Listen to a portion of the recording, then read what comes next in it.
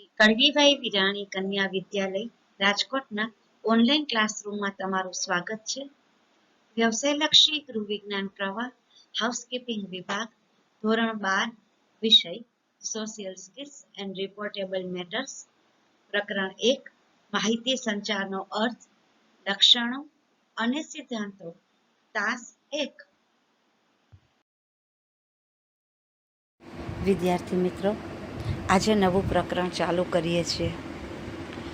એ પ્રકરણમાં આપણે માહિતી સંચારની અગત્યતા શું છે એના વિશે વાત કરશું. એનો અર્થ શું છે, લક્ષણો કયા કયા, સિદ્ધાંતો કયા કયા. આજે આપણે માહિતી સંચારનો અર્થ એના વિશે પહેલાં સમજીએ. સંચાલનના કાર્યોને યોગ્ય રીતે અમલમાં મૂકવા માટે માહિતી સંચારની આવશ્યકતા રહેલી છે. કોઈ પણ કંપની હોય એનું સંચાલન તો કરવું જ પડે. નાનકડી ઓફિસ હોય તો એનું પણ સંચાલન કરવું પડે. વ્યવસાયલક્ષી પ્રવાહના વિદ્યાર્થી તરીકે તમારે સંચાલન વિશે જાણવું જરૂરી છે. કારણ કે ભવિષ્યમાં જ્યારે તમારે કોઈ ભૂમિકા ભજવવાની હોય ત્યારે કાં તમારે મહત્ત્વનું સંચાલન કરવાનું હોય એના, અથવા તો એટલે કે એક કંપનીના હેડ તરીકે કામ કરવાનું હોય, અથવા તો કોઈ મોટા સંચાલનના એક એકમ તરીકે તમારે કામ કરવાનું હોય, તો તમને સમગ્રતયા સંચાલન એટલે શું એનો ખ્યાલ હોવો જોઈએ. તો તમે કદાચ એના એકમ તરીકે પણ યોગ્ય રીતે કામ કરી શકો અને સમગ્રતયા તમારી ભૂમિકા છે એ સંચાલનને કઈ રીતે અસર કરશે એનો પણ તમને ખ્યાલ આવશે. તો એ સંચાલનના જેટલા કામ છે એ બધા વ્યવસ્થિત રીતે અમલમાં મૂકવા માટે માહિતી સંચારની જરૂરિયાત રહે છે. તો સંચાલનના કામમાં જોઈએ તો પહેલું આવશે આયોજન. સંચાલન કઈ રીતે કરવું છે એનું આયોજન તો કરવું પડશે. તો એ આયોજન કઈ રીતે કરવું, કોની સાથે મળીને કરવું, કેટલા સમય માટેનું કરવું, આ બધી વસ્તુ માટે પણ માહિતી સંચાર જરૂરી હોય છે.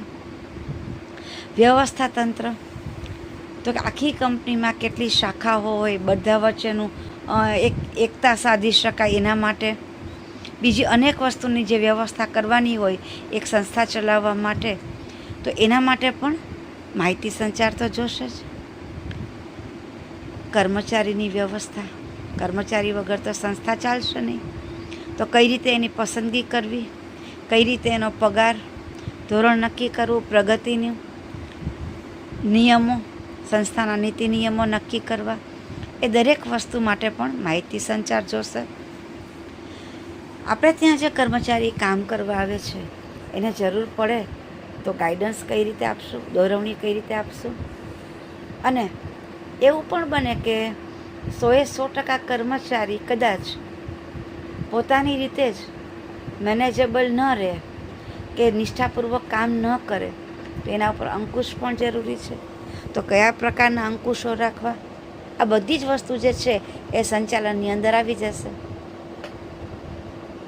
તો માહિતી સંચાર પણ સંચાલનનું એક કાર્ય થઈ જાય અહીંયા. કારણ કે જો માહિતી સંચાર યોગ્ય નહીં થાય તો સંચાલનના આ એક પણ કામ છે એ બરાબર રીતે નહીં થઈ શકે. સંચાલન અંગેની કોઈ પણ પ્રવૃત્તિ કે કાર્યના આયોજન માટે કે અમલીકરણ માટે પણ માહિતી સંચાર જરૂરી બને છે.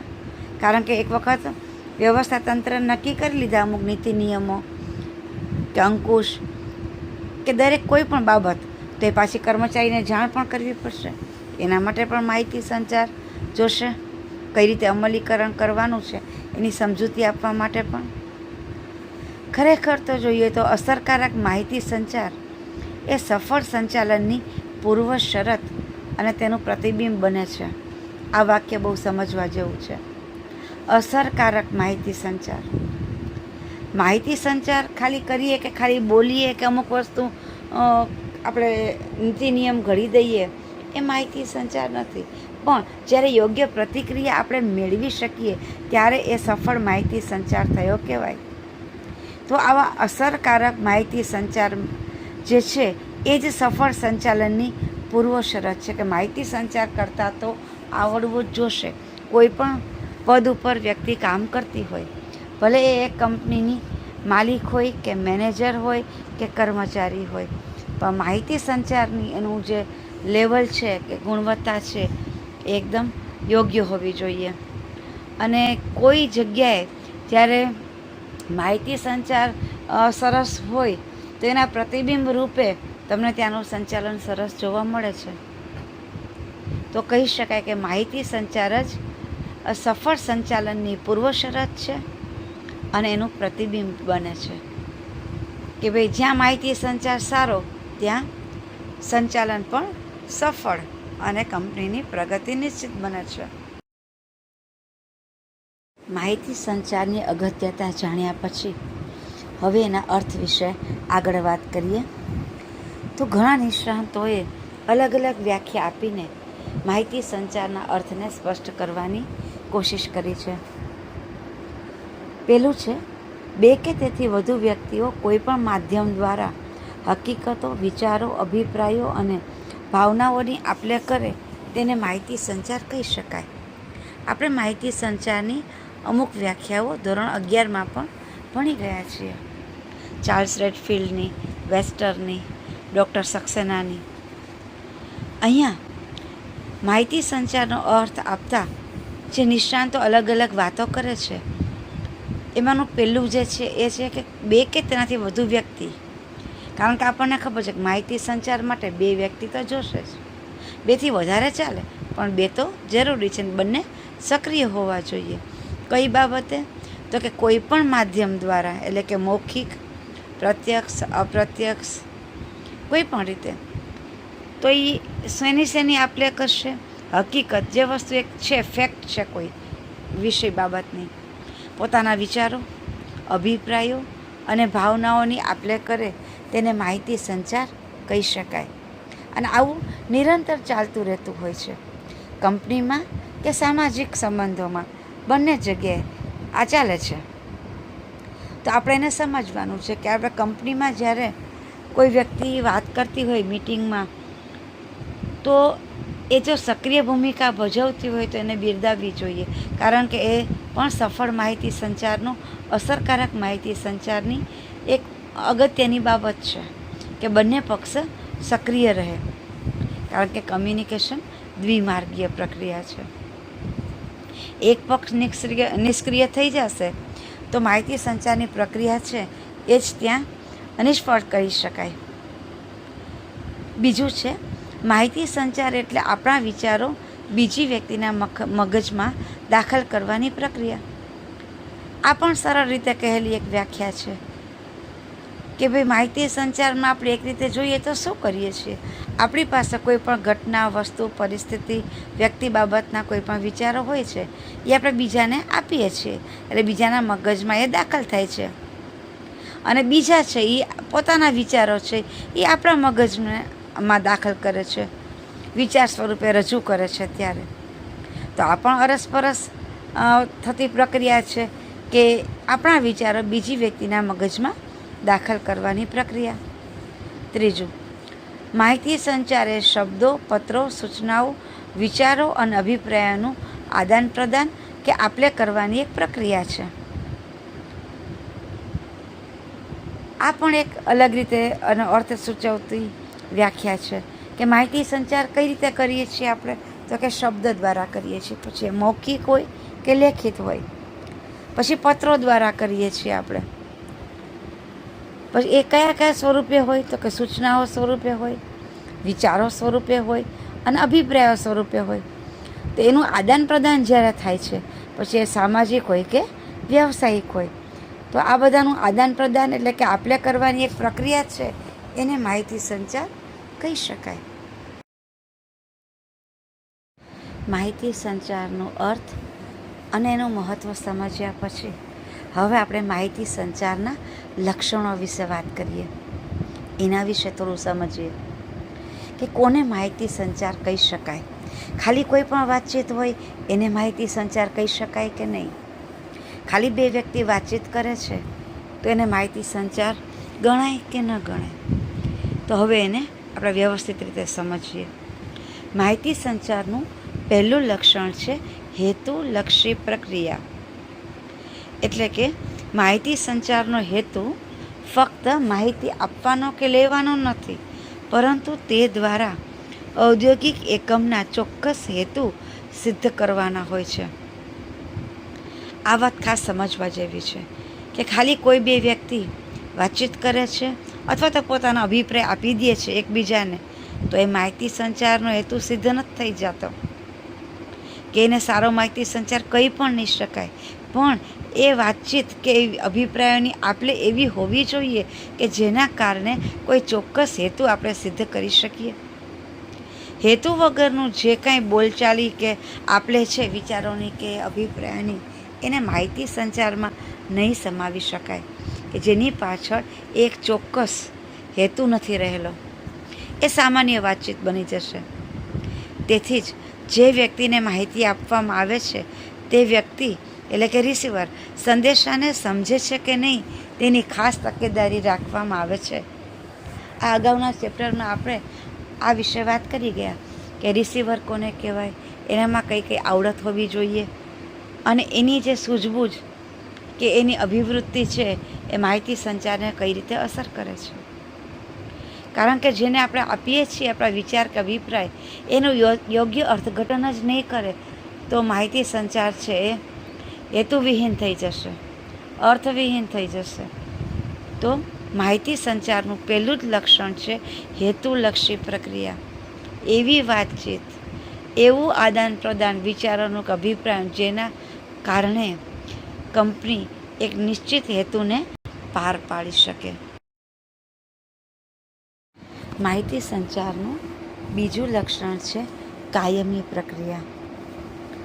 માહિતી સંચાર એ સતત અને કાયમી પ્રવૃત્તિ છે.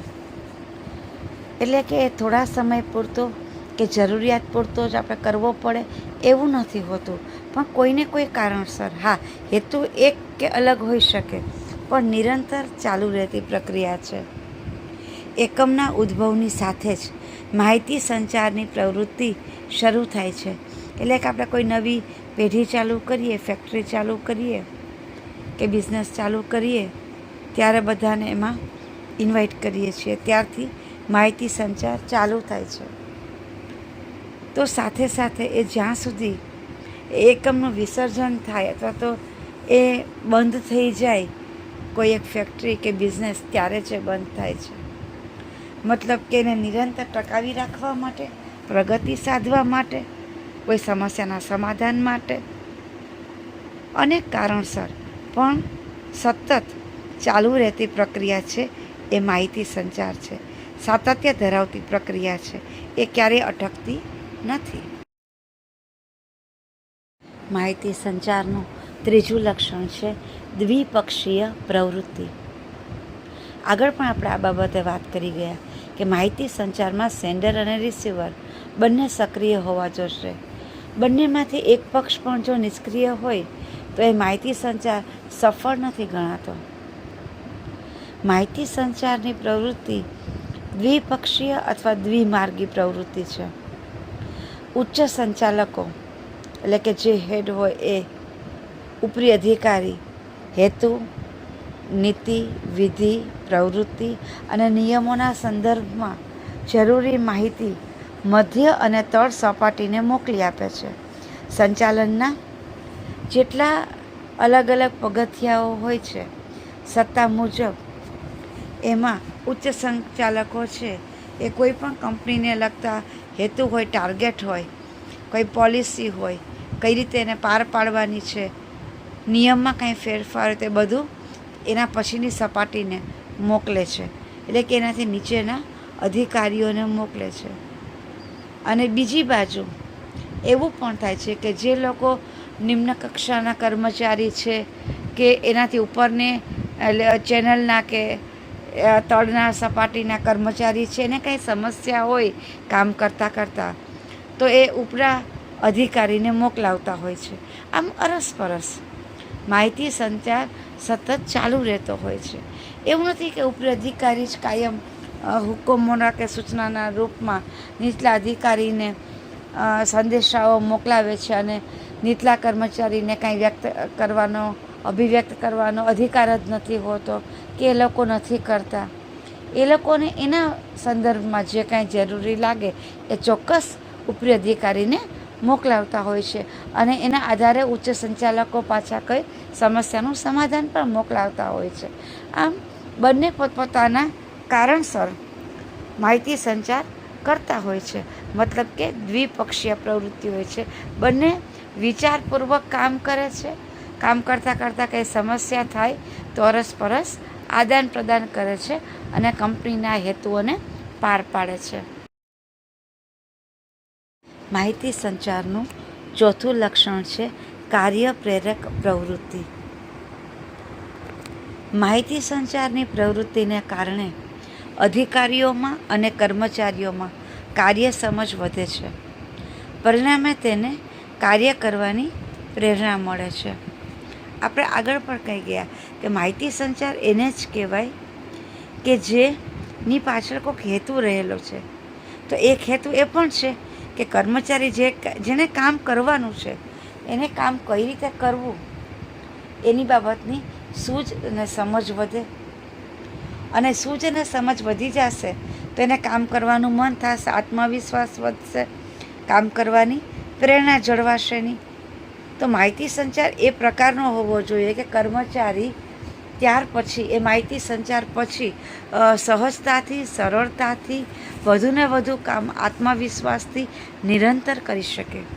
તો આવી કાર્ય પ્રેરણા જગાડે એવો માહિતી સંચાર હોય એને સાચા અર્થમાં માહિતી સંચાર કહી શકાય, જે કર્મચારીને પ્રગતિ માટે પણ યોગ્ય હોય અને સાથે સાથે દરેક કર્મચારી અરસપરસ એકબીજાને સમજીને સહકારપૂર્ણ વાતાવરણમાં કામ કરીને કંપનીની પણ પ્રગતિ કરે. તો ખાલી વાતો કરવી ટાઈમપાસ માટે એ માહિતી સંચાર નથી. એ તો કદાચ અયોગ્ય છે કંપનીમાં, પણ વાતચીત કે અભિપ્રાયોની આપલે એ પ્રકારની હોવી જોઈએ કે જેના કારણે બંને કર્મચારીને અથવા તો ક્યારેક કર્મચારીને ઉપરી અધિકારી વાત કરતા હોય તો એમ પણ નિષ્કર્ષ સ્વરૂપે દરેકને પોતાનું કાર્ય સારામાં સારી રીતે સમજીને કરવાની એક ઈચ્છા થાય અને કાર્ય કરવાની પ્રેરણા થાય એવો માહિતી સંચાર હોવો જોઈએ. એને જ સાચા અર્થમાં માહિતી સંચાર કહી શકાય. પાંચમું લક્ષણ છે માહિતી સંચારનું વહીવટી પ્રક્રિયા સાથે સંબંધ. માહિતી સંચારને મુખ્યત્વે એકમના વહીવટ સાથે સંબંધ હોય છે. એટલે કે સંચાલન જે કરવાનું છે એ સંચાલન સાથે સંબંધિત, એટલે કે એના આધારે કોઈ નિર્ણય લઈ શકાતો હોય સંચાલનનો, એ પ્રકારનો માહિતી સંચાર હોવો જોઈએ. અસરકારક નિર્ણય અને વહીવટ માટે જરૂરી માહિતી એકઠી કરવામાં અને વહીવટી પ્રશ્નો અને સમસ્યાઓનો ઉકેલ મેળવવા માટે માહિતી સંચારનો ઉપયોગ થાય છે. મુખ્યત્વે કંપનીમાં કે કોઈ એક એકમમાં શેના માટે માહિતી સંચાર થાય છે? તો કે સંચાલન માટે, હિસાબ માટે. હિસાબ કઈ રીતે રાખવો, કોને રાખવો, એના શું નિયમો છે એની જાણકારી મેળવવી, નિયમોમાં કંઈક પરિવર્તન હોય તો એ બાબતની ટ્રેનિંગ મેળવવી અથવા તો કર્મચારીને દેવડાવવી, કોઈ સમસ્યા હોય તો કંપનીમાં એનો ઉકેલ મેળવવો. આવા બધા કારણસર જ કંપનીમાં માહિતી સંચાર થતો હોય છે. અને આવા હેતુસર થાય એને જ માહિતી સંચાર કહેવાય કે જે કંપની માત્ર જરૂરી માહિતી એકઠી કરવા માટે વપરાતો હોય, કંપનીની સારી બાબતના પ્રચાર માટે કરાતો હોય, તો જેની પાછળ કંપનીના વહીવટ અને સંચાલન માટેનો હેતુ હોય અને એ હેતુ માટે જ જે વિચારોની કે અભિપ્રાયોની, મંતવ્યોની આપલે થાય એને જ માહિતી સંચાર કહેવાય. જે એમને વાતચીત થાય છે નોર્મલી એને માહિતી સંચાર નહીં કરી શકાય. કંપનીમાં પણ વ્યક્તિઓ જ કામ કરે છે, અરસપરસ મળવાના, અનૌપચારિક માહિતી સંચાર પણ કરવાના, પણ સાચા અર્થમાં માહિતી સંચાર એને જ કહેવાય કે જેની પાછળ કંઈક હેતુ હોય અને મુખ્યત્વે હેતુ હોય છે વહીવટનો અને સંચાલનનો, સમસ્યાના ઉકેલનો. તો આ વસ્તુને ખાસ ધ્યાનમાં રાખવાની છે કે કર્મચારી તરીકે પણ આપણે માહિતી સંચાર કરતી વખતે હેતુને ખાસ ધ્યાનમાં રાખવાનો છે. કારણ વગરનું ઓછામાં ઓછો માહિતી સંચાર થાય તો એ પણ જરૂરી છે કંપનીની પ્રગતિ માટે, વ્યક્તિની પણ સારી છાપ માટે, વ્યક્તિની પણ પ્રગતિ માટે. માહિતી સંચારના લક્ષણોમાં છઠ્ઠું છે માનવીય પ્રક્રિયા. માહિતી સંચાર એ માનવીની સ્વભાવગત બાબત છે. એટલે કે જ્યાં બે માનવી ભેગા થાય છે ત્યાં અરસપરસ કંઈક વાતચીત કે વિચારોની આપલે એ સહજ બાબત છે. કારણ કે બંને વ્યક્તિ અલગ અલગ વાતાવરણ કે વ્યવસાય સાથે સંકળાયેલી હોય છે. તો પરિચય માટે પણ માહિતી સંચાર તો થવાનો જ છે. માહિતી સંચારના માધ્યમો ગમે તે હોય, પરંતુ માનવી વગર અને તેના કૌશલ્ય વગર માહિતી સંચાર અમલમાં આવતો નથી. બરાબર છે. ખાલી બે માધ્યમો હશે તો માહિતી સંચાર નહીં થઈ જાય, કારણ કે તો નિષ્ક્રિય છે. તો સેન્ડર અને રિસીવર તરીકે બે માનવીનું હોવું અનિવાર્ય છે. બે સક્રિય પરિબળ જરૂરી છે. તો ગમે એટલા માધ્યમો હોય કે ગમે એટલી કુશળતા હોય કે ગમે એવા સંદેશા હોય, પણ માણસ વગર બધું નિષ્ક્રિય રહે છે. માહિતી સંચાર અમલમાં આવતો નથી. આ ઉપરાંત માહિતી સંચાર કરતી વખતે ભય, લાગણી, ક્રોધ વગેરે બાબતો અસર કરતી હોવાથી તે માનવીય પ્રક્રિયા ગણાય છે. આ પણ સહજ બાબત છે. માહિતી સંચાર સામાજિક હોય કે વ્યાવસાયિક હોય, માણસ દ્વારા થાય છે અને માણસ આ દરેક આવેગોને અનુભવી શકે છે અને એના દરેક સમયના સંજોગો એક સરખા નથી હોતા. તો ક્યારેક એવું બની શકે કે એનો માહિતી સંચાર છે એ આ બધા આવેગોને આધીન હોય, અથવા તો માહિતી સંચારની પ્રક્રિયા કરતી વખતે પણ અચાનક જ આ કોઈ આવેગ ઉદ્ભવે એવું પણ બનતું હોય છે. માટે જ એને માનવીય પ્રક્રિયા કહેવામાં આવે છે. આ વસ્તુ બંને તત્વે અરસપરસ સમજવાની છે. જરૂરિયાત હોય ત્યારે ક્યારેક જો થોડોક ભય કે આપણે કંઈક લાગણીવશ થઈને માહિતી સંચાર કોઈ વ્યક્તિ કરતી હોય તો એને સમજવાની છે. એને મજાકને પાત્ર બનાવવાની નથી. હંમેશા કોઈ વ્યક્તિ લાગણીસભર વાત કરતી હોય તો એને સામે એ રીતે ઉત્તર આપી શકાય, ભલે એ વ્યવસાયિક સંબંધ હોય. પણ માહિતી સંચાર છે એ માનવીય પ્રક્રિયા છે, માટે માનવીને આવેગો તો અસર કરવાના જ છે. આવેગ શૂન્ય કોઈ માણસ નથી. તો એ બાબતને ભૂલવાની નથી અને એને સમજવાની છે. એને સમજીને યોગ્ય પ્રત્યુત્તર આપવાનો છે. એ જ સાચા અર્થમાં માહિતી સંચાર કર્યો કહેવાય.